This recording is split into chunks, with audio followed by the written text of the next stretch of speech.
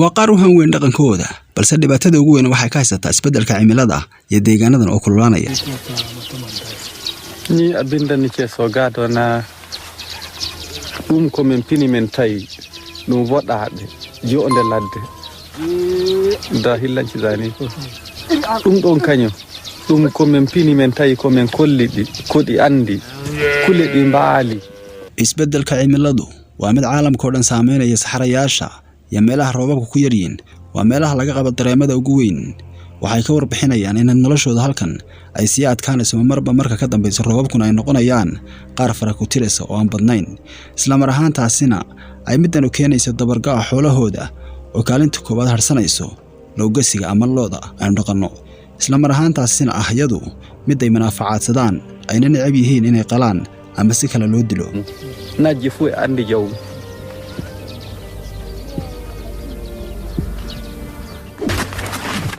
waxa uu geedigooda soo jarmaaday saaka arooriyadii haatana way socdaan waxa lagu magacaabaa goobta ku socdaan Inguu waa halka sanadkan roobku ku sii badan yahay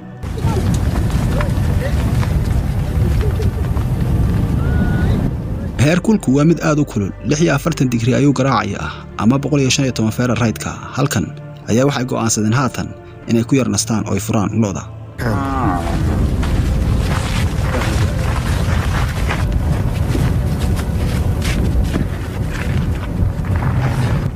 kuwan jiriga iyo saaxiibkii Managandi halkan ayay bunku cabayaan kuna nasanayaan xogaa miljabaxsiyana ay ku qaadanayaan waxay aad isaga hubinayaan jihooyinka oo u horseedi karta in lumaan iyadoo aan halkan laga aqoon qalabka casriga ee jihayaha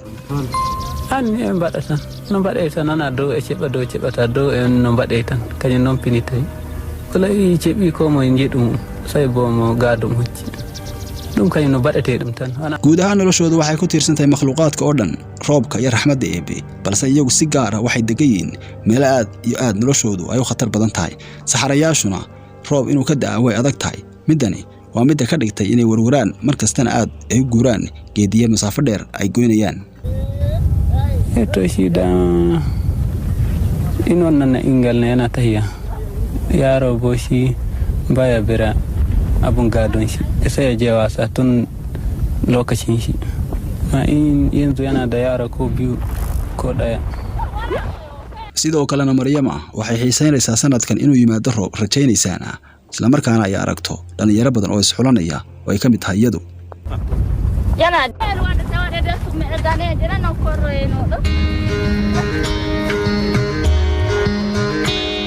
balse waqtigan waxaa maskaxdooda ka guuxaya Kuwanshi iyo xaaskiisa arrin aad u muhiim ah inay ka qayb qaataan xafladda waxaa mar labaad aroos galaysa Kuwanshi maadaama halkan aan ka jirin wax sharci ah nolosha si wadaaga ayaa lagu wadaa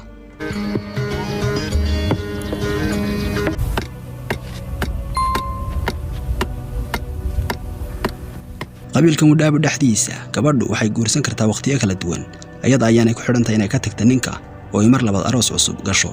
markaan ay ka guurto midkii hore kana zuwa da shi gida har ta zama har ta yi sufa har ta zamna ta iya baya iya tashi baya komi har ta mutu wurin ba ta komi a'a shi ma yana nema wani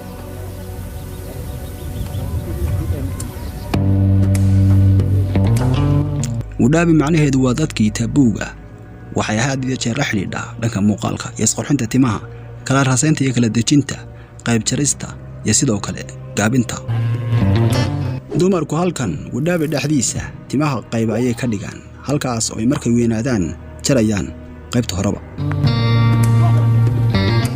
taabadalkeeda raggu way qaabeynayaan oo kaliya balse ma jarayaan timahooda halkay mararka qaarkood ay marsanayaan make-upka ama waxyaabaha la isku qurxiyo galeenka hore iyo midka dambaba midkaas iyagu halkan asal u leeyihiin badi waxay marsadaan waxyaabo ay ku sameysteen iyagu gacmahooda goobta chiefku waxay leedahay wadaabi dhaxdiisa sharciyo gaar ah iyo sariiro qaabaysan dumarku sariiraha waxay u dhigayaan koonfur iyo waqooyi markaad u eegto jihada waxaana muuqaalkooda moodaa markaad aad ugu fiirsato miis weyn wax waliba goobtooda ayay leeyihiin halkan wadaabi dhaxdiisa markay guurayaan oo ah 2 ama 3 cisho mar waxay saarayaan ku rarayaan dameer ama dibi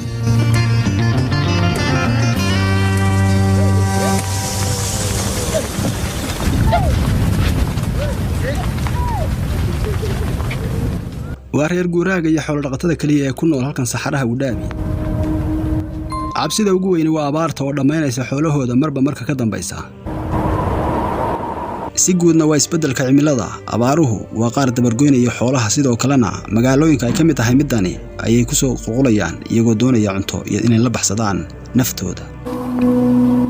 Junaari Xuseen oo ah gudoomiyahooda waxa uu ka dardaar warinayaa nolosha Wudaabi. Wani asaamu biya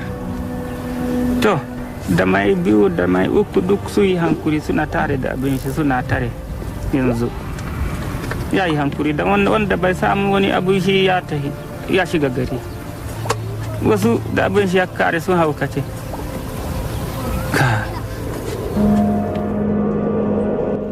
abaarahan ugu dambeeyay waa qaar dhulka dhigay qaar badan oo kamid ah Wudaabi xoolahooda kuwaas oo aanay sinaba u aqbali karin maadaama aanay jeclayn inay lumiyaan xoolahooda marnaba.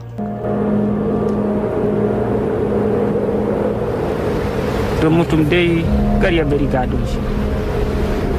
kai da baka da komai baka da shi in gaya maka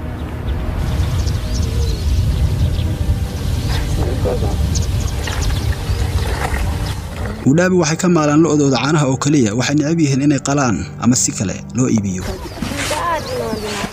waxay iskeed u leedahay kuunshi 15 lo ah waxay la wadaagaysaa midka iskuursan doonaan ee Yahya. Ado sarraina gado ne mana mutum baya ce baya yi cishiya mace in ta zo bisa ka sai kai hankuri ka zamna shi ya zamna.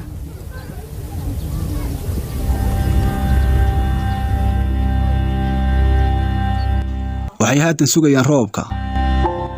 waa mid wata duufaan waxa uu ka muuqanayaa meelo aad u fog waxaana keenaysa dabaysha roobka iyo dhibica.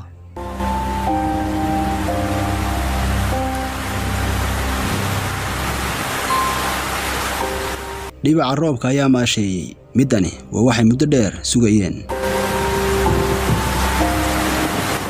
waxay dooratay kuunshi Yahya.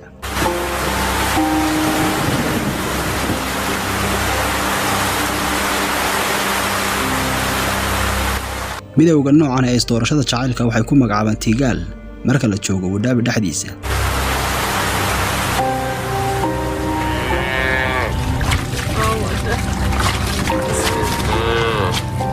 waa uu ka duwan yahay guurkani midkii hore ayay leedahay kuunshi midkaas ay markii hore u dooreen waalidkeedu.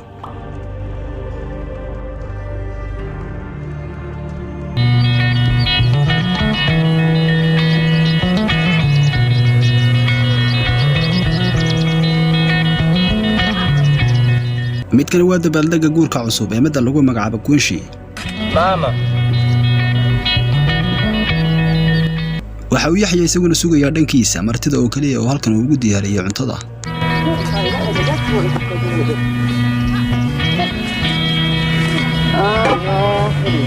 Yana ano yare be ha ko dug